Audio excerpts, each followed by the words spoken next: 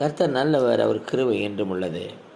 கர்த்தருக்குள் பிரியமான தேவஜனமே, இன்றைக்கு தேவனால் சொல்லப்படுகிற வார்த்தை, துர்ச்செய்தியை கேட்கிறதினால் பயப்படான்.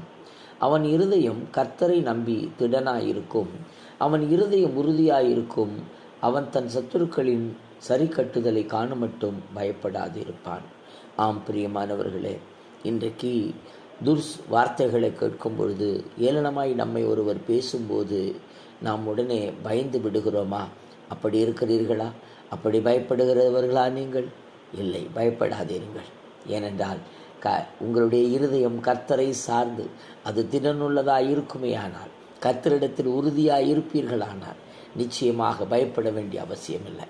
ஆம் பிரியமானவர்களே, தேவனிடத்தில் அர்ப்பணிங்க. ஆமேன், சோத்திரம். ஏனென்றால் அவர் பயமுள்ள ஆவியை கொடாமல் பலமும் அன்பும் தெளிந்த புத்தியுமுள்ள ஆவியை கொடுத்திருக்கிறார். ஆகவே கர்த்தரை சார்ந்திருங்கள். ஆமேன்.